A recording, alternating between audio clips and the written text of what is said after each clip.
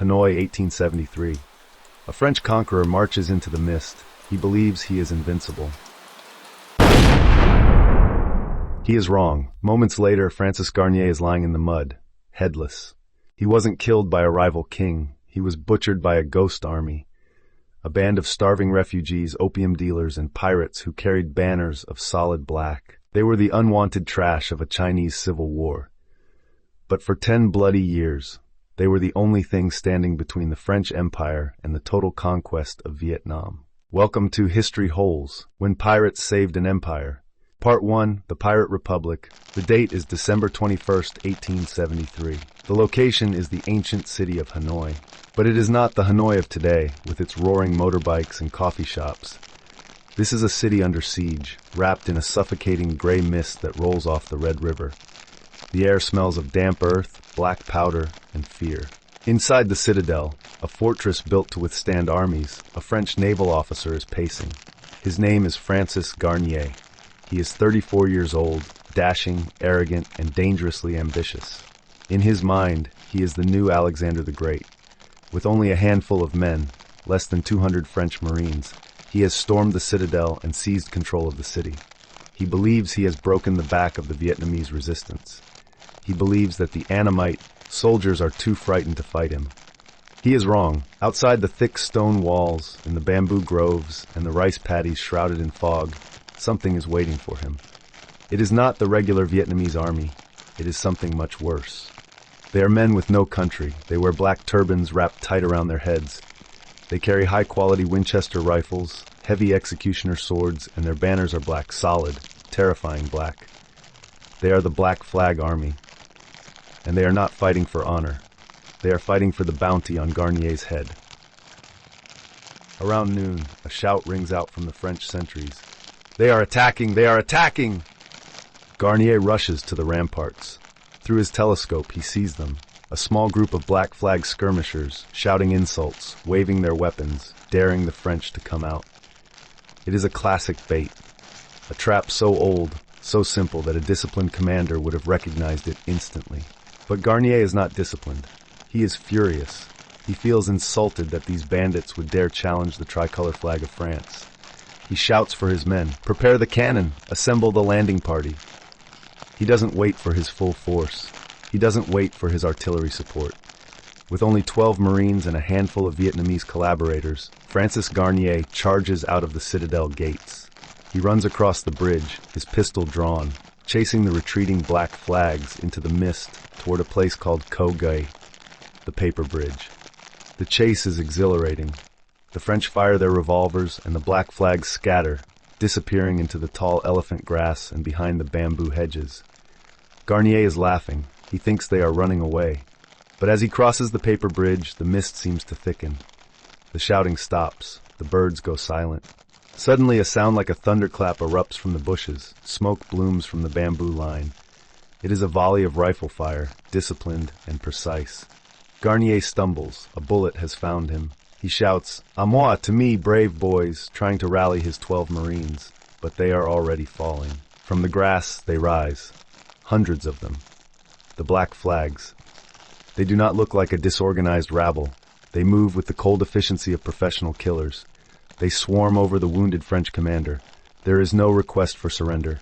There is no parley. Garnier tries to fire his revolver one last time, but he is overwhelmed by a sea of black cloth and steel. The struggle is brief. It is brutal. And then, it is over. When the rest of the French column finally catches up, panting and terrified, they find the scene at the paper bridge. The mist is clearing. The bodies of the Marines are stripped. And there, lying in the mud, is the headless body of Francis Garnier. The man who thought he would be the king of Tonkin, the man who thought he could conquer an empire with 200 men, has been reduced to a gruesome trophy. His head is already being carried north, up the Red River, to be presented to the mysterious leader of the Black Flags, a man named Liu Yongfu. The French are paralyzed with shock. They have not just lost a battle, they have lost their aura of invincibility. The news spreads like wildfire through the villages of the Red River Delta. The white devils can die, they can bleed, and they can be beheaded. But this brings us to the question that haunted the French command and terrified the Vietnamese court in Hue. Who were these men? They weren't Vietnamese patriots. In fact, they had spent years burning Vietnamese villages. They weren't Chinese soldiers. The Chinese emperor wanted them dead. They were ghosts.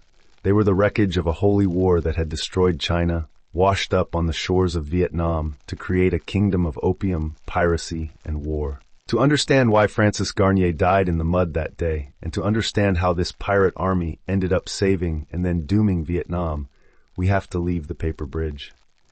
We have to go back in time, and we have to go north, deep into the heart of China, to meet a man who failed his exams and decided to destroy the world. Part 2, The Ghost Soldiers. To understand why a French commander lost his head on a bridge in Hanoi, we have to understand the men who took it.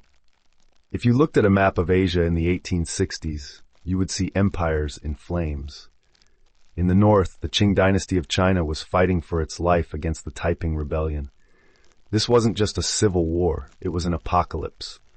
A man named Hong Xiuquan had convinced millions that he was the younger brother of Jesus Christ, destined to cleanse China of the Manchu demons.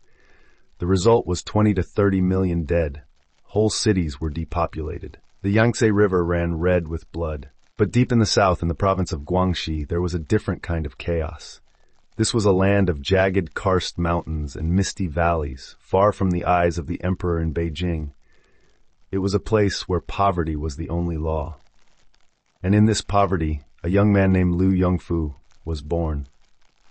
Liu was not a prince. He was not a scholar. He was a nobody.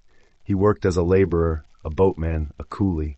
But he had a gift. He could fight, and he could lead. When the Taiping Rebellion began to collapse in the 1864, the Qing army swept south, crushing anyone who had dared to lift a weapon against the throne. Liu Yongfu found himself at a crossroads. He had a band of about 200 men, desperate, starving, and terrified. They were the leftovers of the rebellion. If they stayed in China, they would be hunted down and beheaded by the Qing executioners. So Liu made a choice. He looked south, toward the mysterious cloud-covered mountains of the border, toward Vietnam. They crossed the frontier not as an invading army, but as refugees. They were ghosts, walking through the jungle, carrying their few possessions and their heavy muskets.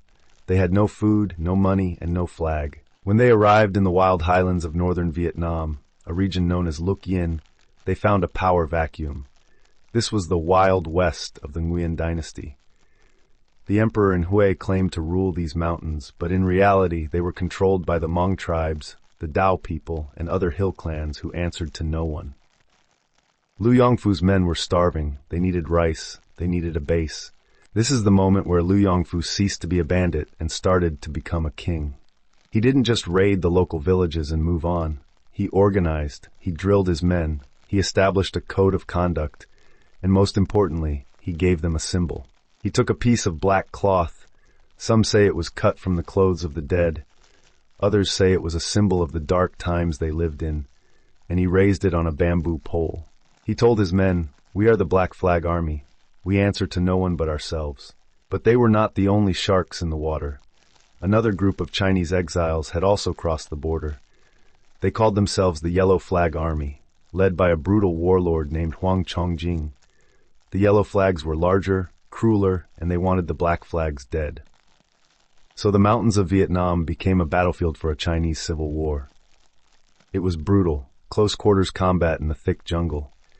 The yellow flags had the numbers, but the black flags had discipline.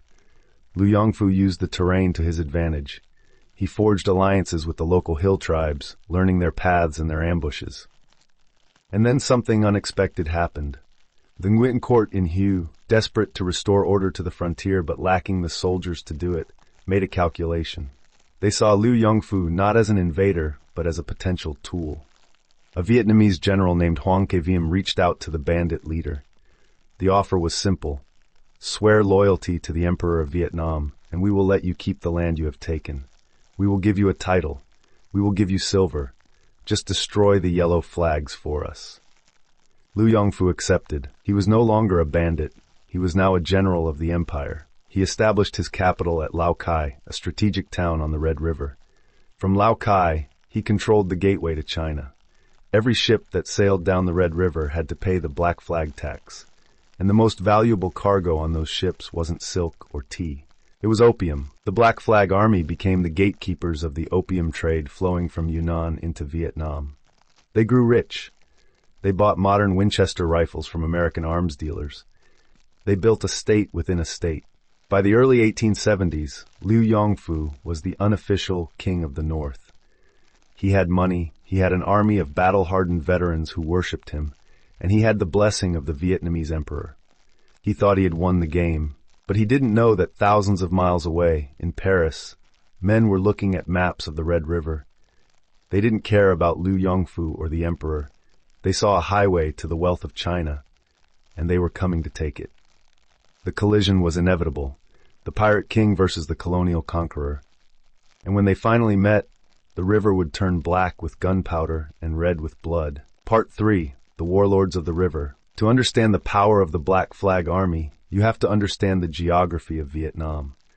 The country is shaped like an S, but the north is defined by one massive brown artery, the Red River. For thousands of years, this river was the only way to move goods from the rich, mineral-filled mountains of China down to the sea. If you controlled the river, you controlled the wealth. And by 1870, Liu Yongfu didn't just control it, he owned it. He turned the town of Lao Cai into his personal capital. Before the Black Flags arrived, it was a trading post. Under Liu, it became a fortress. He built wooden stockades and customs houses. He set up checkpoints at every bend in the river. It was the world's most sophisticated protection racket. If you were a merchant bringing silk, salt, or silver down from Yunnan, you had to stop at a Black Flag station. You didn't pay a government tariff, you paid protection money. If you paid, you were given a small black flag to fly on your boat. That flag was your passport. It meant that no one, not the bandits, not the Hmong tribes, not even the local Vietnamese officials, would touch you. If you didn't pay, your boat would be burned, your cargo seized, and your head would likely end up on a pike as a warning to the next captain. But the real money wasn't in silk or salt. It was in the sticky, black resin that was flooding the region. Opium. The mountains of Yunnan and Laos were perfect for growing poppies. The British had hooked China on the drug, and now the demand was insatiable. Liu Yongfu positioned himself as the middleman. Every ounce of opium that floated down the Red River into Vietnam paid a toll to the Black Flag Army. With this money, Liu didn't buy palaces or golden robes. He bought power. He knew that a pirate army living on foreign soil was vulnerable, so he modernized. While the Vietnamese Royal Army was still using spears and old matchlock muskets from the 1700s, the Black Flags were importing crates of American Winchester repeating rifles and German Krupp cannons. They became the best-equipped fighting force in Southeast Asia. And they didn't look like a ragged bandit militia anymore.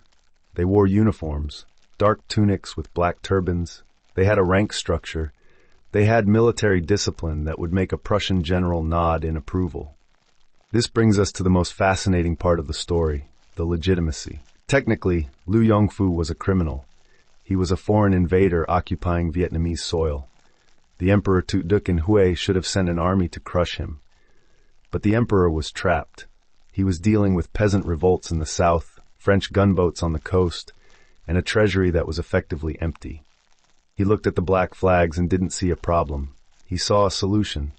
The Vietnamese court sent a high-ranking general named Hoang Ke Viem to negotiate. General Viem was a pragmatist. He knew he couldn't defeat the Black Flags, so he offered them a job.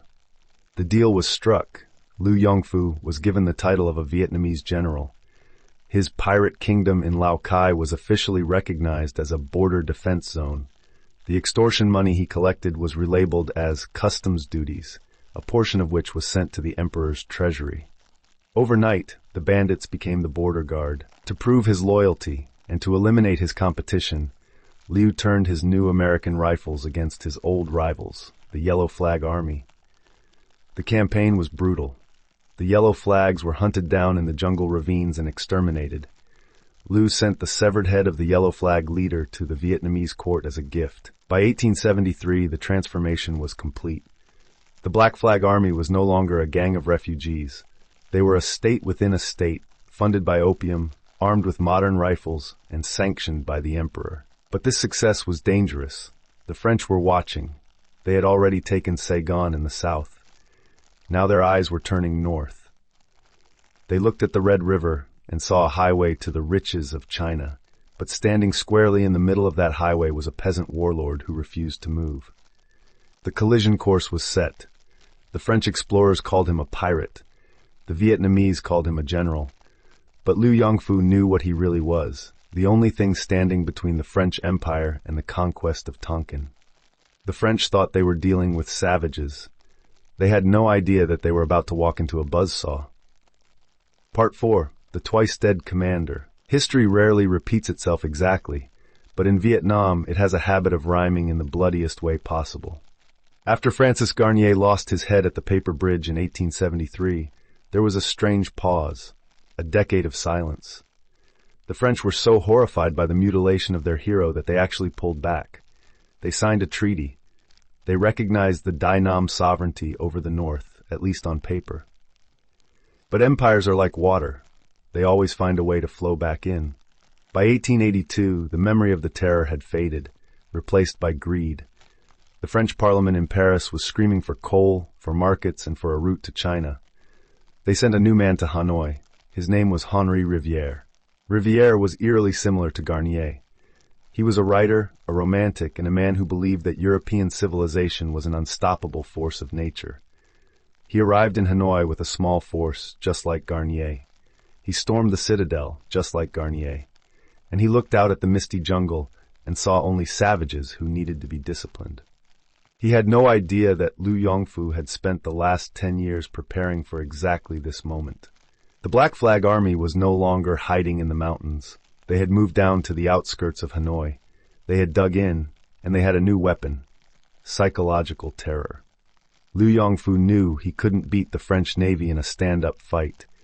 The French gunboats dominated the river. Their heavy artillery could pulverize any fortress. So Liu turned the jungle itself into a weapon.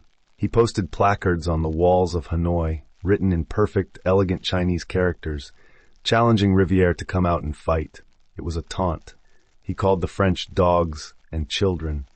He offered a massive bounty of silver for every French head brought to him. Suddenly, French soldiers started disappearing on patrol. They would be found days later, floating down the river, missing their heads. The fear in the French barracks was palpable. They weren't fighting an army. They were fighting a ghost story. On May 19, 1883, the rhyme of history completed itself. Henri Rivière, frustrated by the stalemate and stinging from the insults of the pirate chief, decided to launch a clearing operation. He marched out of the citadel towards the village of Kojay. Yes, the Paper Bridge, the exact same spot where Garnier had died 10 years earlier. The morning was hot and humid. The French column moved confidently, their white helmets gleaming in the sun. They had a cannon with them. They felt invincible. But Liu Yongfu was waiting. He had placed his best marksmen in the trees and buried his troops in spider holes covered with grass. He let the French cross the bridge. He let them get deep into the rice paddies. And then he snapped the trap. The sound was deafening. The black flags didn't just fire, they charged. But this wasn't the disorganized rush of 1873. This was a coordinated assault. The black flag soldiers moved in squads, using fire and maneuver tactics. They targeted the officers first. Rivière was shouting orders when the line collapsed. He tried to call for a retreat, but the mud of the rice paddies sucked at their boots. The French cannon was overrun. Rivière was hit in the shoulder. He went down. As his men tried to drag him to safety, a wave of black flag soldiers crashed over them. The French survivors who made it back to Hanoi told a horror story. They had seen their commander surrounded. They had seen the flash of the heavy executioner swords. When the smoke cleared, Henri Rivière was dead. His head was cut off, put in a box, and sent to the Hue Court as proof of victory. 2 French commanders, 2 invasions, both ended at the same bridge by the same army with the same result. The Black Flag Army had done the impossible. They had decapitated the leadership of a modern European military power twice. But this victory was a double-edged sword. When the news reached Paris, it didn't cause fear this time. It caused a national fury. The French public demanded blood. They didn't want a treaty anymore. They wanted total conquest. Liu Yongfu had won the battle, but he had just started a war that would bring the full weight of the French Empire crashing down on his head. The time for pirates was ending. The time for armies was beginning. And in the shadows, the Qing dynasty of China finally woke up. They realized that if Vietnam fell, China was next. So for the first time, the dragon decided to move its claws. The Black Flags were about to get a new boss, and a terrible betrayal. Part 5, The Pawns of Empire. The death of Henri Rivière didn't save Dynam, it doomed it. In Paris, the mood shifted instantly from hesitation to vengeance. The French government voted for a massive credit to fund the conquest of Tonkin. They weren't sending explorers anymore, they were sending the Foreign Legion. But the death of a French commander also woke up the sleeping giant in the north. The Qing dynasty finally realized that if the French took the Red River, the southern gates of China would be thrown wide open. So, the emperor in Beijing did something he hadn't done in centuries. He sent the regular Chinese army across the border to fight a European power. Suddenly, Liu Yongfu and his Black Flags weren't the main characters anymore. They were demoted. For years they had been the kings of the jungle, fighting a guerrilla war on their own terms. Now they were just a small cog in a massive conventional war between France and China. The Sino-French War had begun. The Black Flags fought bravely. They fought alongside the regular Chinese troops at the siege of Tuyanquang, one of the most brutal battles of the 19th century.